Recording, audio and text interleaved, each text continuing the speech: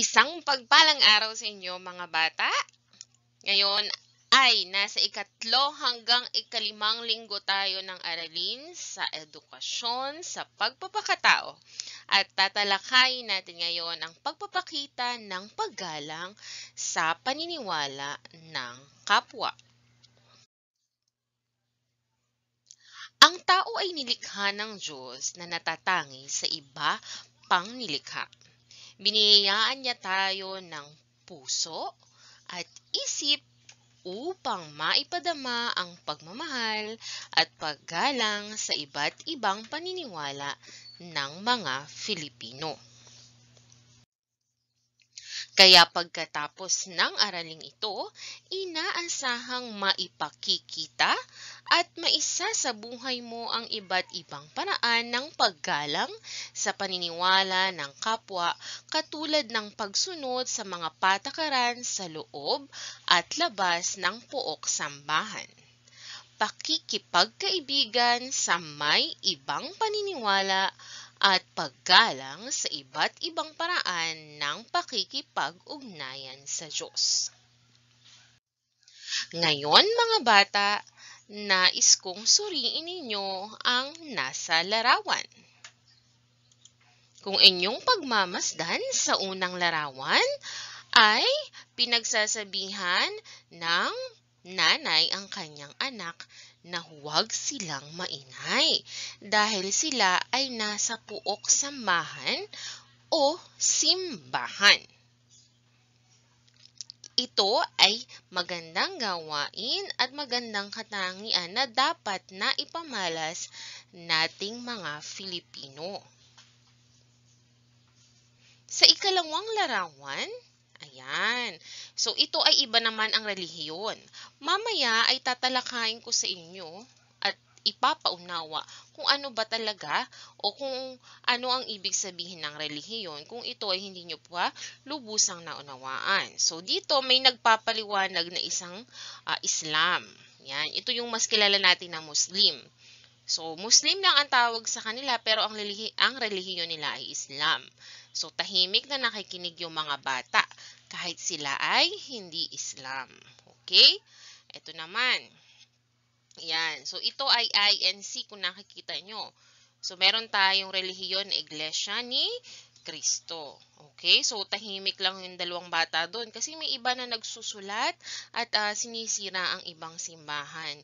Lalo na't hindi nila ito simbahan. So, hindi yun magandang ugali. Ito namang pamilya, ayan, sama-sama silang nagdarasal at hindi sila nag-iingay sa loob ng simbahan. So, iba-iba ang relihiyon sa ating bansa. Ang ilan sa mga ito ay ang sumusunod. Kristyanismo. So, kung matatandaan nyo itong simbahan na ito, yan, ito ang halimbawa sa simbahan ng mga Katoliko. Islam, o yung makilala natin na Muslim, at may iba pa. So, marami tayong iba't ibang relihiyon. Ayan. So, napakadami nila, kaya hindi na natin iisa-isahin, no? At hindi na natin babanggitin pa yung iba. Ang mahalaga na matutunan nyo sa araling ito ay kung paano igagalang ang paniniwala ng bawat relihiyon. Kasi may iba-iba tayong paniniwala, okay? So, kung paniniwala nila yon, dapat hindi natin sila huhusgahan o sasabihan ng masama. Dahil ang mahalaga ay namumuhay tayo ng tama anuman ang ating relihiyon. Yan.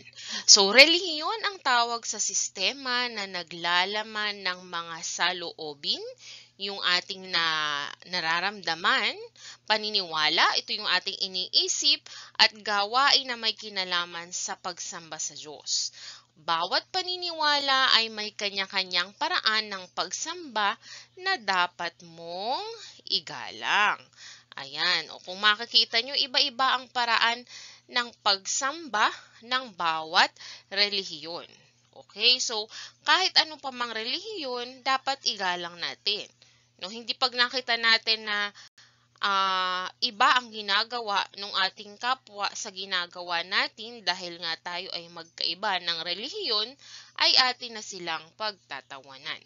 Okay? So, iba-iba tayo ng paraan kung paano natin pupurihin, pasasalamatan at sasambahin ang Diyos. Okay?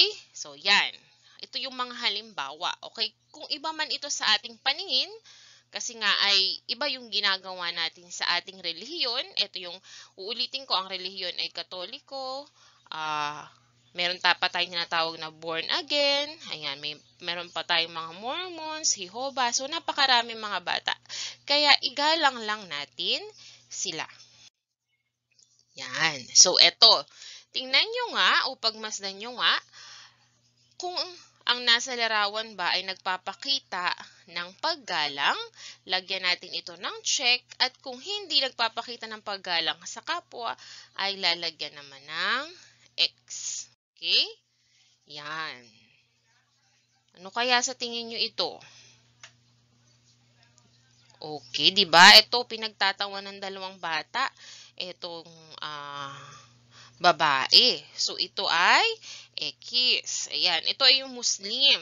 Siya ay Islam ang kanyang relihiyon. Hindi relihiyon ang Muslim, mga bata, ha? Tatandaan nyo yan. Ang relihiyon nila ay Islam. Okay?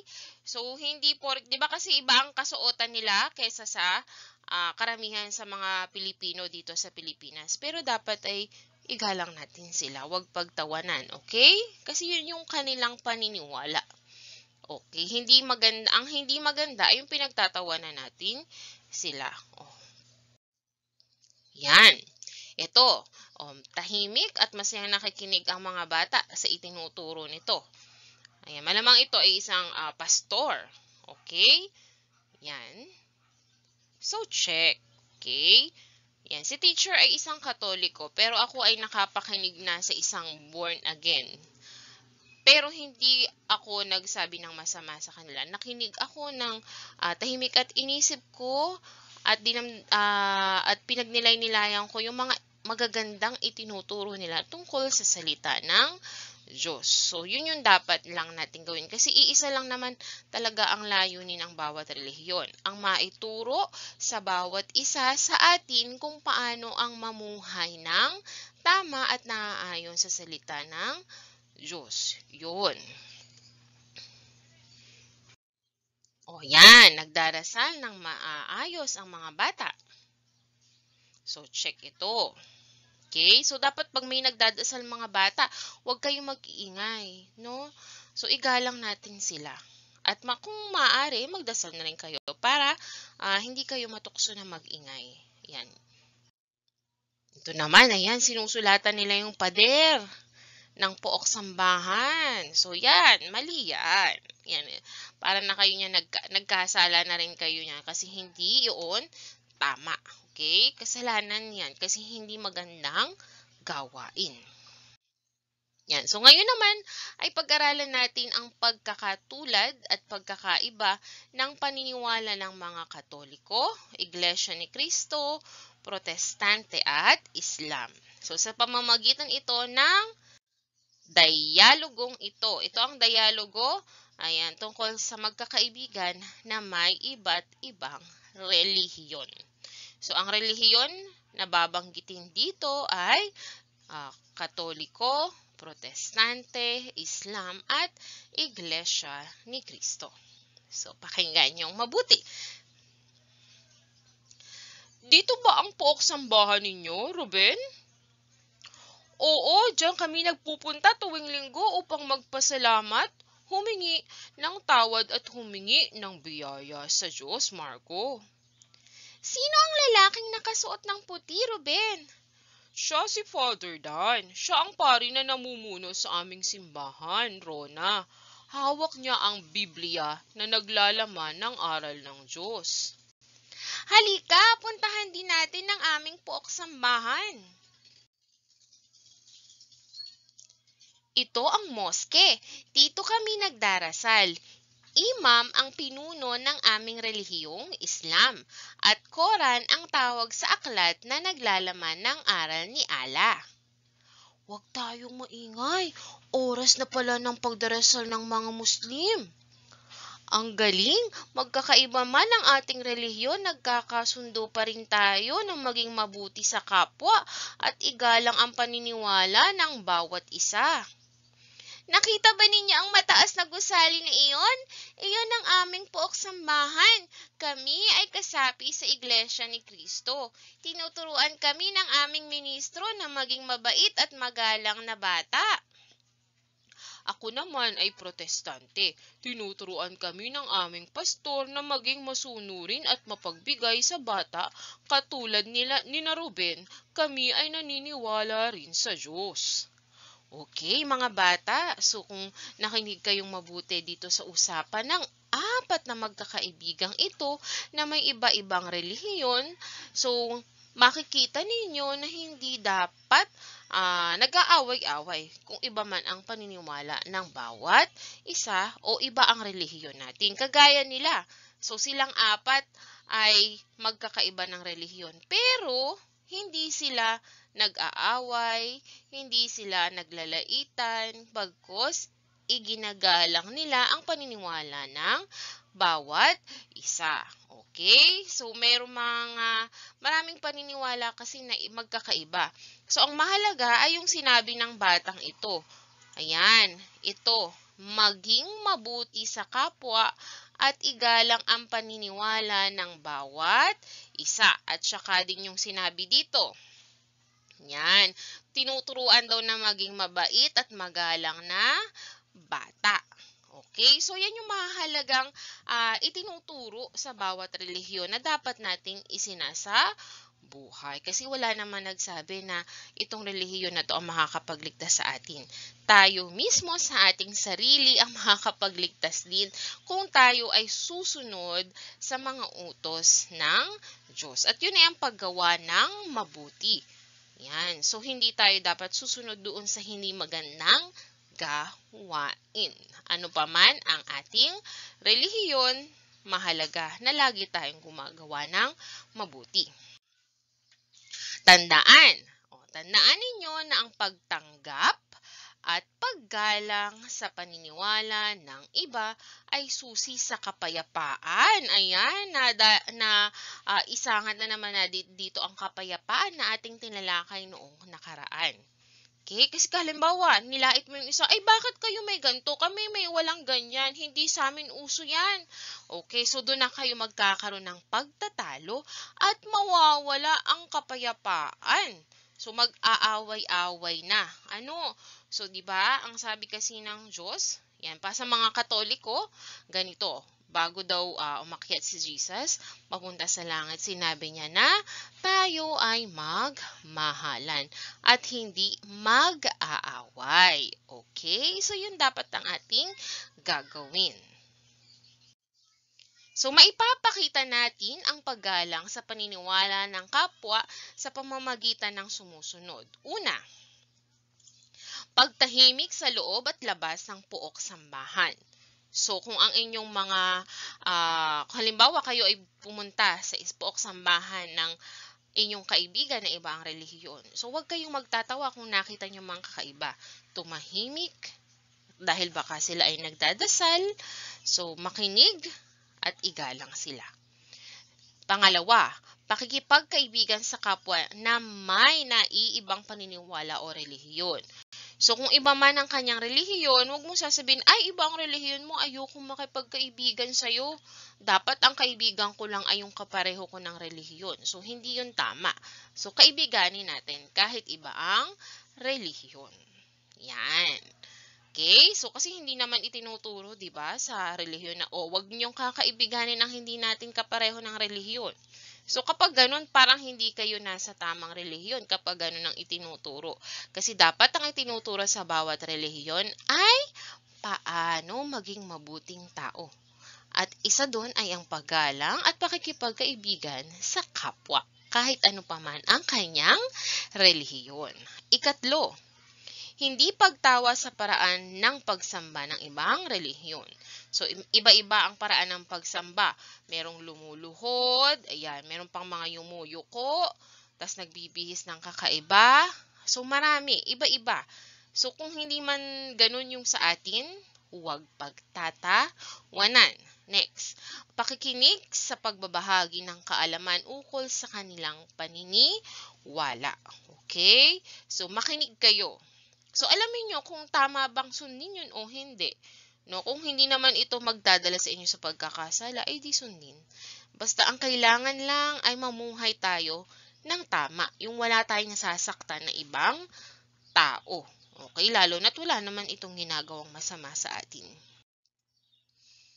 Okay, so, ayan. Alin-alin ba dun sa mga nabanggit ko sa una?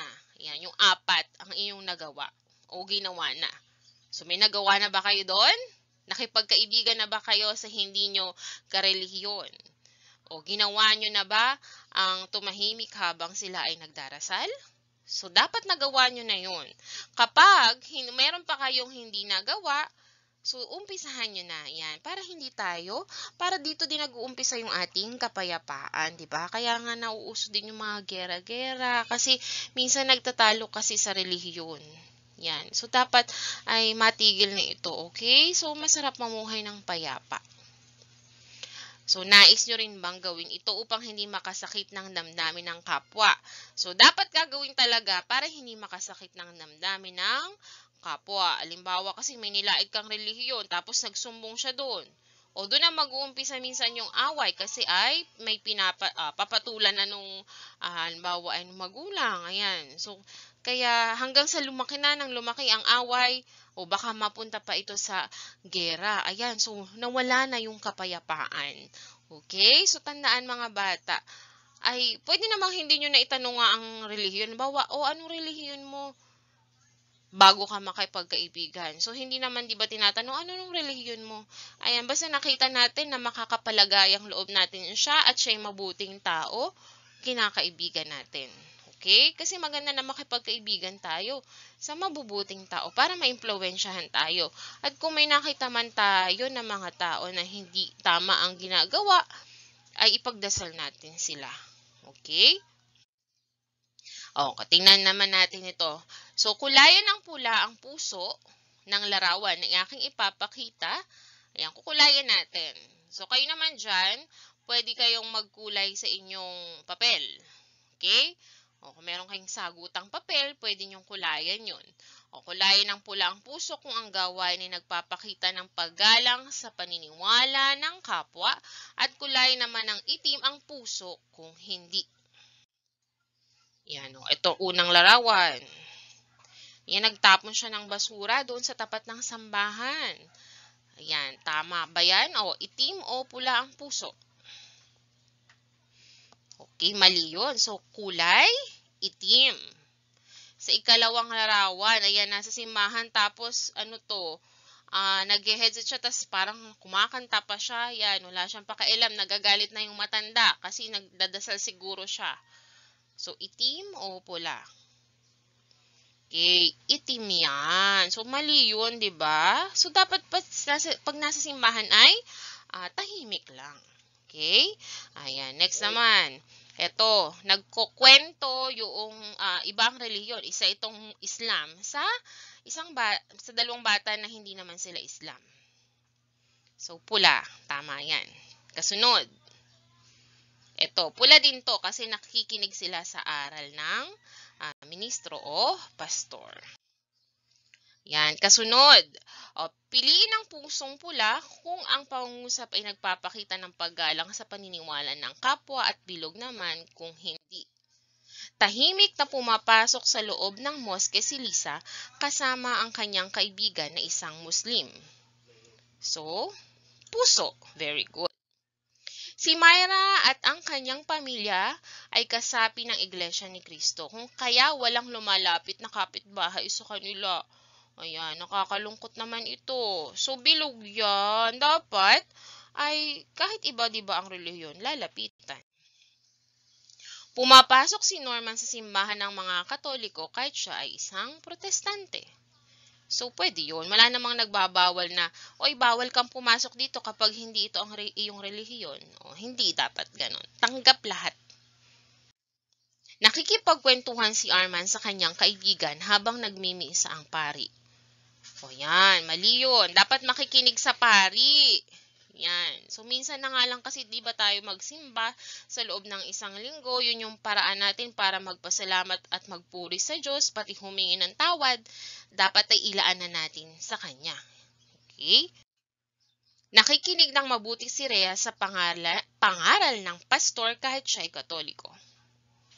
Okay, tama yan.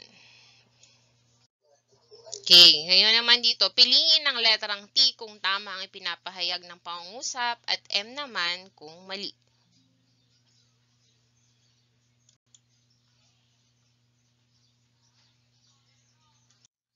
Yan. Maayos na kinakausap ni Joel ang bago niyang kaklase na miyembro ng Iglesia ni Cristo. T or M? Okay, so tama yun. Next. Tahimik na naglalakad ang magkaibigang Joy at Cecil nang makitang nagdarasal ang kaklaseng Muslim. T or M? Okay, tama. T yan. Next, hindi isinali ni Berto sa laro si Jalil dahil ito ay Muslim. Okay, mali yun. Yan. So, isasali natin kahit ibang relihiyon niya.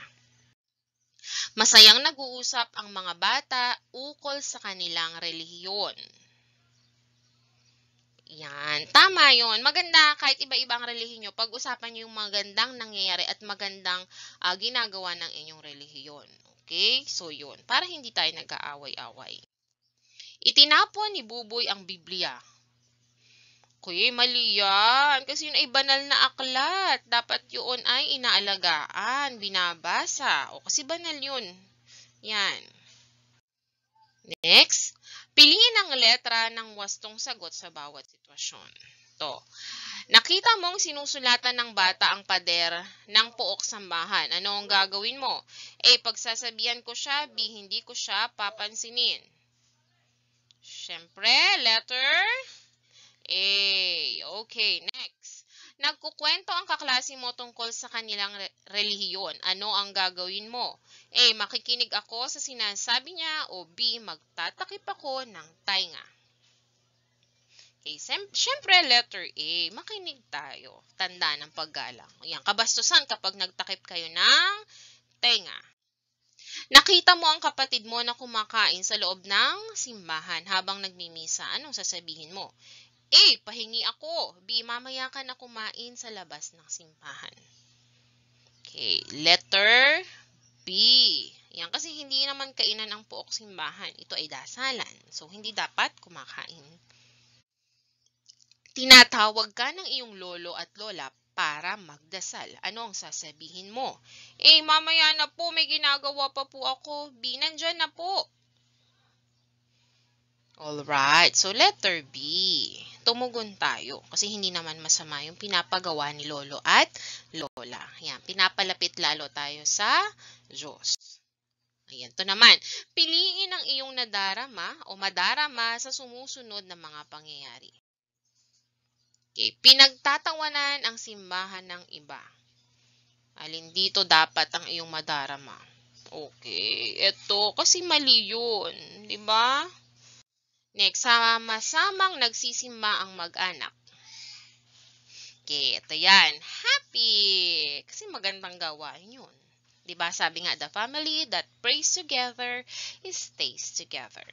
Kaya maganda na sama-sama lahat tayo. Naghahabulan sa loob ng pook sambahan.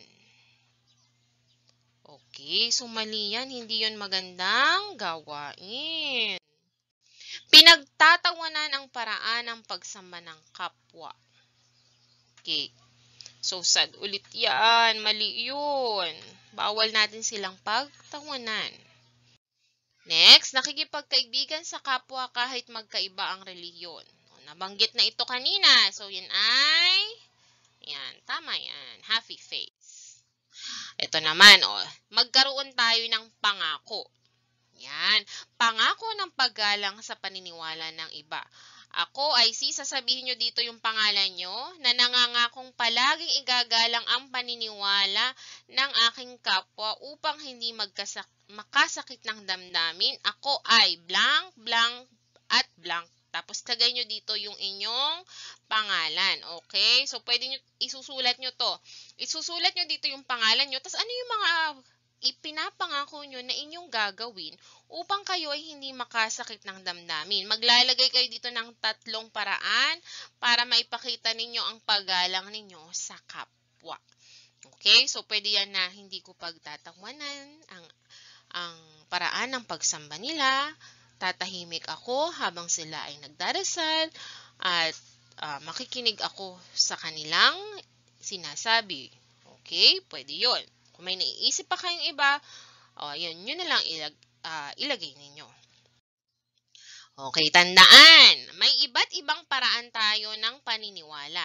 Ang mga Filipino, may iba't ibang paraan tayo ng paniniwala tungkol sa Diyos. Ang paggalang, ito ulit, ang paggalang at pagtanggap sa pagkakaiba-iba ng paniniwala ay susi sa pagkakaunawaan at pagkakaroon ng kapayapaan.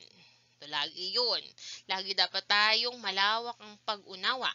Bilang batang Filipino, mahalaga na maipakita ninyo ang paggalang at pagrespeto sa paniniwala ng inyong kapwa. Okay? Yan, lagi nating igalang. Iwasan ang pagtawanan ng ibang tao. At para sa ating pangwakas, masasabi nyo na ang batang may paggalang sa paniniwala. Ayan, mahirap magsulat. Paniniwala ng iba ay kinalulugdan ng Diyos at kapwa. Okay, ulitin natin. Ang batang may paggalang sa paniniwala ng iba ay kinalulugdan ng Diyos at kapwa. Yan, kung lagi kang palalait, hindi ka magkakaroon ng maraming kaibigan kasi maraming may inis sa'yo. Pero kung ikaw ay magalang na bata, kakalugdan ka na ng Diyos, tapos marami ka pang magiging kaibigan. Muli, maraming salamat sa inyong pakikinig. Hanggang sa muli at sa susunod na video lesson. Abangan nyo ang aking mga video lesson and don't forget to hit the bell button and subscribe.